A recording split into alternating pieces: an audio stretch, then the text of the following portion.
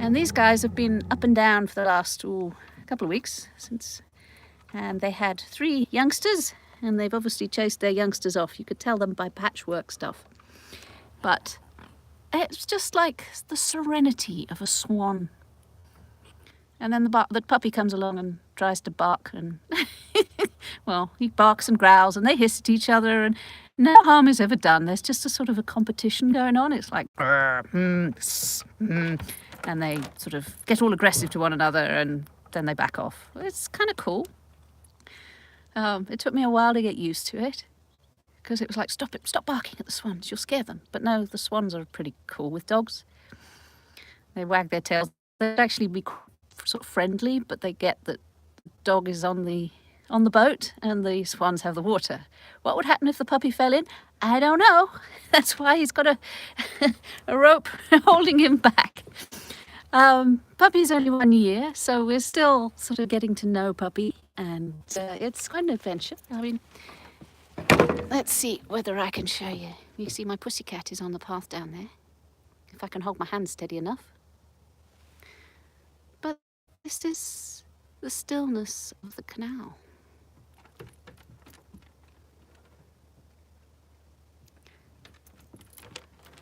And this is the stillness that I need in my life. I don't know about you, but life is getting very strange. There we go, right the way around. I can show you my garden later on if you're interested. I've got some hagstones down here. My partner and I collected them on the beach down in Lyme Regis. It's on the south coast. It's naturally occurring holes in the stones, which they call hagstones. And we have them here for good luck and protection. Yeah, talismans. I don't wear jewellery. I tend not to sort of buy into a lot of the things. A lot of the times they weaken you. If you haven't got your lucky talisman, are you unlucky? So if things happen in your life and you've got to scrabble around looking for your lucky talisman, nah, it's not my thing. For many years I looked at them and I researched them. And yeah, I used to have some fondness for some jewellery and crystals. But I learnt very quickly to do without. I don't like the idea of wearing a chain round your neck. Oh, hello. Oh dear. They've decided to come back. Hello, greetings. Greetings, boys and girls. Ah, stop it. Now you've seen what I'm talking about. I promise you this is just show. The puppy's tail is wagging and the swans are just gonna hiss at him, and my partner can feed the swans from his hand, and they're very gentle. They're actually quite gentle with humans. Well, we feed them, so it's only nice, but Puppy, on the other hand, enjoys barking and growling them and defending his territory. It can go on for a bit. But there we go. But yeah, back to the topics. Your talismans and jewellery. Everything contains an energy, and the more I look at it, I'm not really into gods at all. I believe that everything just contains the frequency of the universe, and the frequency is what I can feel. When I put my hand on the hagstones, I can feel the sea, and the sea, just persistence. And whether I'm around swans, I can feel the franticness that's going on underneath them. Their little legs as they they're big legs as they waddle through the water. They're not serene as they look underneath, and they wag their tails. They're very dog-like in sort of personality. I've seen them fight, and they will fight to kill. There is no half measures with them, which is kind of cool. I've seen them rear their young, and they will push their young to go and experience things, and that's kind of cool. And now you are big enough to go find your own territory, which again is very beautiful. Coddle them too much. We want to keep them children as long as possible, and that's not necessarily always a good thing. But sitting here, just absorbing the stillness. I was having a chat with a friend, and And she's very wisely like, well, if you draw energy into you, it's likely just to draw straight out of again as well. There is like ebb and flow. But while you draw the energy into you, you kind of being part of that. So when I open myself up to energies here, I can feel part of it all. Blood pressure settles, my heart beat settles down, I'm chilled. And I can just take a breath and just be part of this.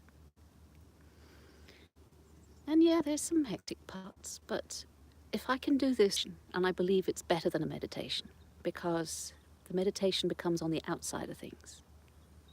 So the mind becomes still, and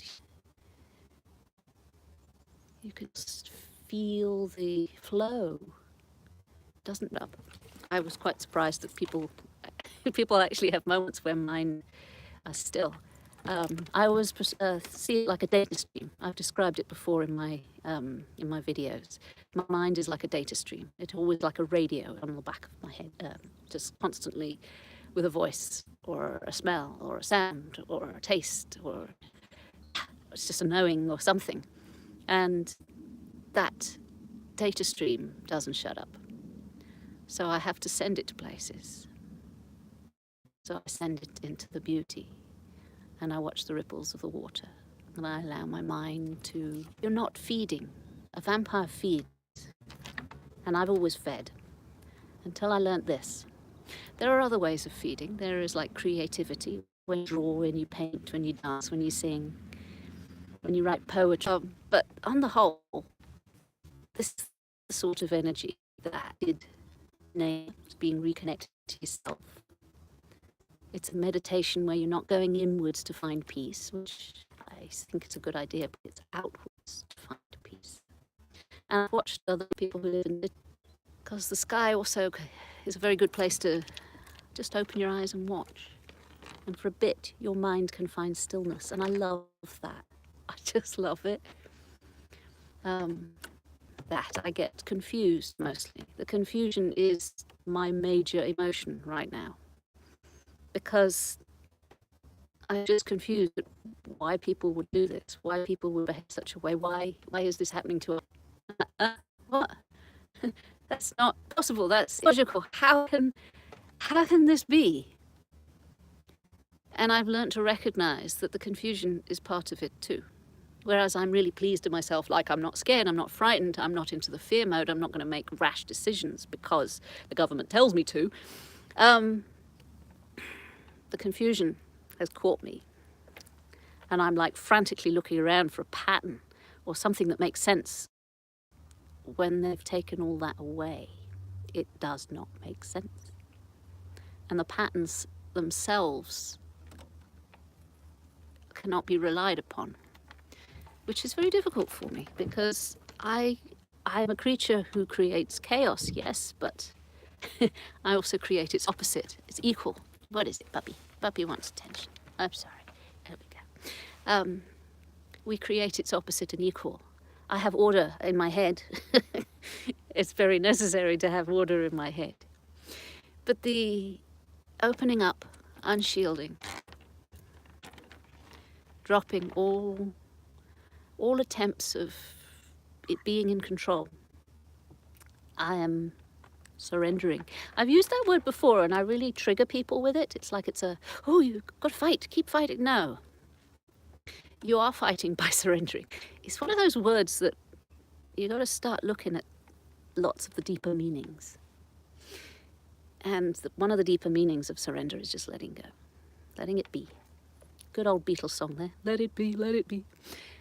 So the letting it be, and not fighting the stillness, not fighting it with franticness. And just breathe it in, just feel. And it's being part of something which we should never have been separated from. Anyway, I hope you like this live video.